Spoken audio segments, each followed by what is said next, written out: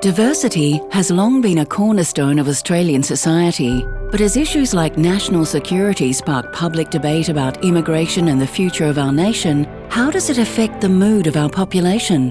What is the extent of division among those born in Australia?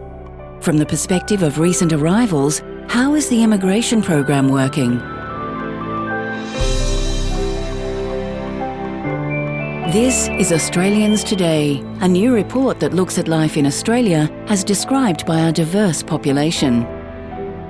In 2015, the Scanlon Foundation set out to survey a significant number of people across a range of previously unsurveyed cultural and language groups and visa categories. A new open access survey called Australia at 2015 was completed by more than 10,000 respondents online. 48% of its respondents were born in Australia and 52% were born overseas. Qualitative data was also collected from 50 focus groups and interviews in Australia's 4 largest cities. The wealth of data produced from this research is extensive. Let's take a look at 6 key findings. On a positive note, respondents consistently indicated favourable attitudes towards life in Australia. Most felt Australia is a good country to live in.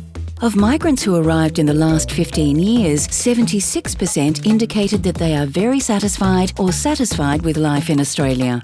When asked to select the best aspects of life in Australia from a list of 15 possible attributes, the most popular choices were the Australian way of life, freedom and democracy, and standard of living.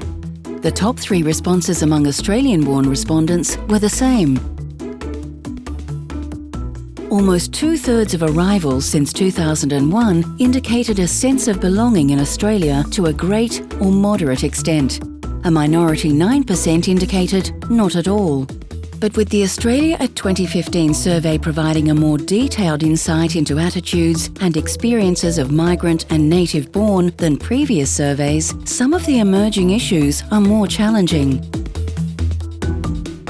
Focus group participants who gained entry under particular visa categories discussed the difficulty of breaking into the job market and obtaining work relevant to their qualifications and training. Everything requires local experience. I have a master's degree in city planning and I have 8 years experience back home. Then I went to TAFE and I took some courses. I haven't been able to find a job for 15 months and I have applied for 30 jobs a month. Discrimination appears to be a serious issue for some segments of the population, with highest levels of discrimination reported by Indigenous Australians and some African national groups. Experience of physical attack, property damage and discrimination when in contact with police was significantly higher among South Sudanese respondents when compared to Australian-born residents. There are a number of issues for those on humanitarian visas and for asylum seekers, but overall they are positive about life in Australia and in particular our freedom and democracy.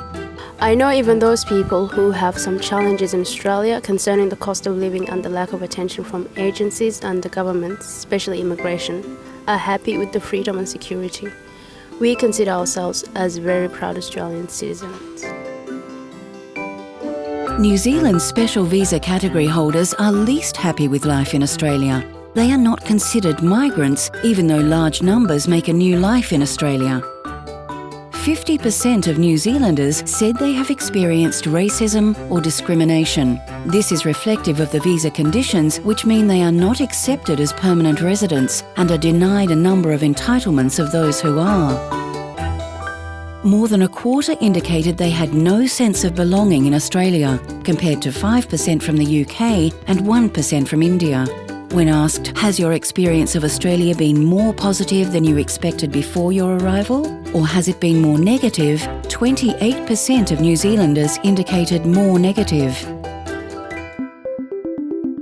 A prominent theme in focus group discussions is the segmentation of Australian society and the difference between urban areas characterised by diversity and areas that are monocultural.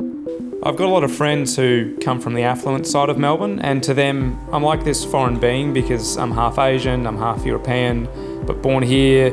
When I'm in Broadmeadows, I'm just normal.